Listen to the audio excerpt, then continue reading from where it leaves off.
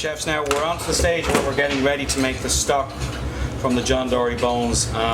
One thing to remember in relation to the actual stock itself is to make sure that you actually remove the eyes from the fish. What happens is as well is that basically when the eyes are in the stock, you can see here what you have is a situation where if they burst, they will first of all discolour the stock. Remember, what we want from a fish stock is a white stock, and they will discolour the stock, and also they will taint the stock as well in relation to making it slightly bitter. So we need to make sure that the eyes are actually removed when we're using the heads. Okay. Now the next thing to remember in relation to using the heads is that you saw me remove the blood from the spine, you saw me remove the sac when we were doing the filleting. Now it's also to make sure that the heads have also got the blood washed out of them as well. Again, that's only going to discolour the stock, and we don't want that. So that's what we have in relation to the stock. As you can see, we have our bones ready. We've got our basics for the stock, which is we're going to be using leek, the white of the leek. We're going to be using some mushroom trimmings. We're going to be using some black peppercorns. We're going to be using some onion, a couple of slices of lemon, and we're going to be using a bucket garni. When we put all this together and we bring it and we're about ready to add in our cold water to the stock, we bring it back down. Okay, thanks. Make our fish stock now. What you see here at the moment is our fresh leek and potato soup. We have a function on this evening for 200 people, so we're making a fresh pot of fresh leek and potato soup. Another day we'll take you through how to make a fresh soup from start to finish, and possibly this one here, leek and potato. Anyway, back to what we're doing here. Now, what I want to do is I'm dropping in some butter here into a, as you can see, and you hear the noise going on in the background, guys, but as we're all well aware, this is a live working kitchen, so just bear with us. So anyway, what I'm going to do is I'm going to add in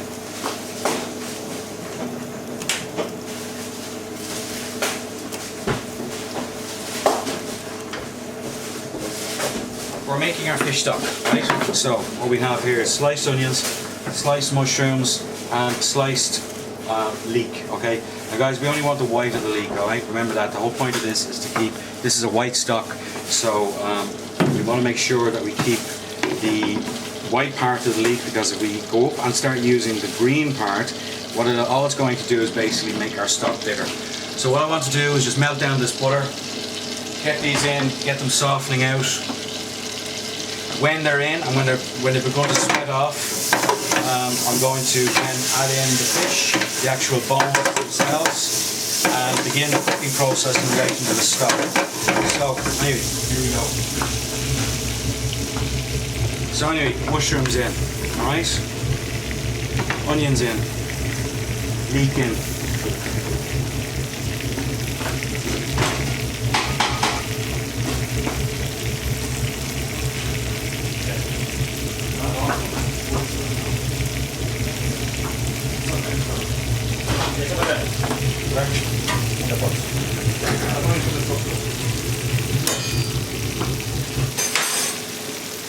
Okay.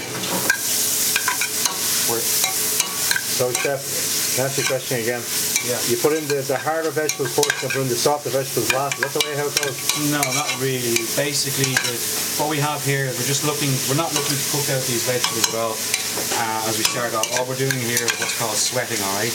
Which is basically where we want to begin the cooking process of where the vegetable, this is the base mirepoix, this is the base veg for the stock. We just want this to begin to render down and sweat slightly so that their own natural juices begin to come out to help the cooking process along before we actually add in the rest of the fish bones. Now the other thing to remember, chefs, is that we use cold water for this fish stock, alright? Process from start to finish in relation to cooking the stock is approximately 45 minutes. We bring the stock to the boil. When the stock comes to the boil, we scum it, and then we actually reduce the heat down and let the stock just simmer away. Now you can see here that these vegetables have started to turn white. Now it's time to add in the fish bones. Now, as I said before as well, in relation to the stock, right? Remember to actually clean. If you're going to use the John Dory heads, remove the eyes and make sure that the blood has been cleaned out of the back of it, okay? The back of the head. So these are going in here now.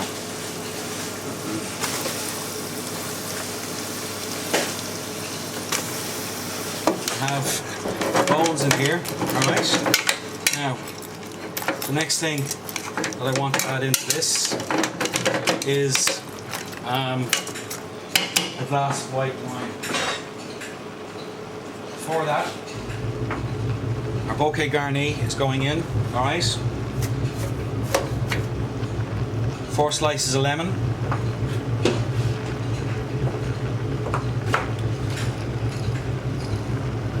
About 20 peppercorns.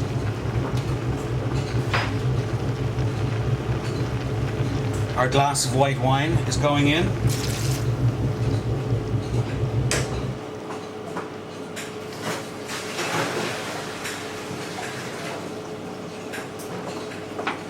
And now we're adding in our cold water. Now what we want to make out of this is about 1 litre of stock, okay? So that's about 1 litre there. We want to just cook that down now. So the first thing, as I said, what we're going to do is actually bring this up to the boil and then begin to reduce it down once we've strained it and passed it. So we've got the full heat on now. Now don't forget, guys, use a lid, alright? Remember that by adding a lid to when you're actually cooking, you're going to reduce your waiting time down for boiling for around about by 1/3, okay? So you're saving cooking time and you're also being more green and friendly to the planet. Chefs, okay, now what I want to show you now is a Burmese. Now I have around about a 1/4 pound of butter in here, okay? We've just melted the butter down. Now what I'm going to do is I'm going to add in some white flour, ordinary white flour, and this is the equivalent of a roux, okay? A roux is a cooked thickening agent, yeah, that we also use butter and flour with. But with this one, this is uncooked. The butter is softened, it's not cooked. The flour is raw, it's not cooked, okay? So what I'm looking for here now in relation to this is being able to, I'm not going to add in all of this flour because I'm looking for a certain consistency. So I just want to mix X amount of it around. And if you can see that there, I'm just going to add in a little bit more flour into this.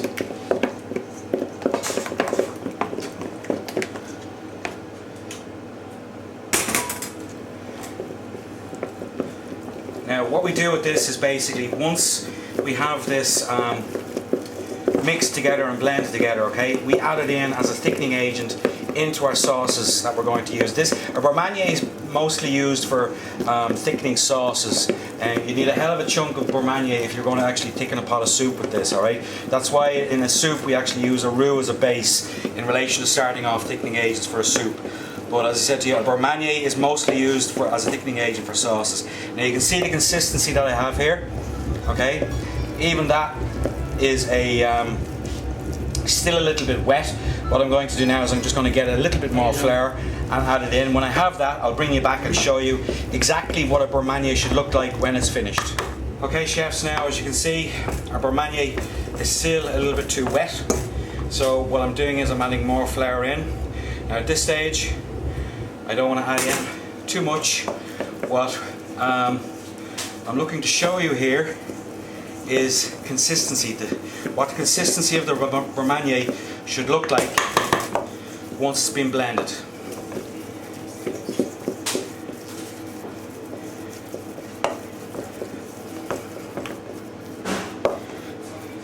And what we're looking for is, we're looking for a shine to be had on the flour itself. Okay, you can see a shine just there. Now also as well, we're looking not to see any of the butter that has been put in here, okay? So now we're just about finished, we're just about there. I would say that's probably going to be it. Once we mix this in. Now when you also add your Burmese in to thicken your sauce, remember, you need to allow time to cook the flour out, okay? Otherwise, what's going to happen is your sauce is just going to taste of flour, all right? Now, as you can see here, there we have, it's more like a pastry dough. Now, this, when you're adding it in to a sauce, you take off a small piece, you whisk it in. You don't just grab a whole handful and drop it in. You basically, if you're working on the sauce corner, what you're going to do is you potentially could be thickening small quantities of sauce in relation to that day's menu. So basically what you need to do, as I said, is get your Burmese to that stage, let it cool before you begin to use it. Don't use it when it's boiling hot.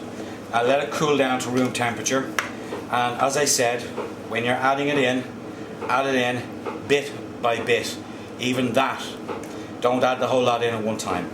Chef, one question, can you freeze that and use it for later? Yes, you can freeze Burmese perfectly, and you can literally portion it out. Say for example, we knew that this amount of Burmese was going to last us one day in the kitchen. What we can do is we can create a larger lot of Burmese, portion it out into that and freeze it, and then take it out day by day as we need it. Thanks chefs. Talk to you soon.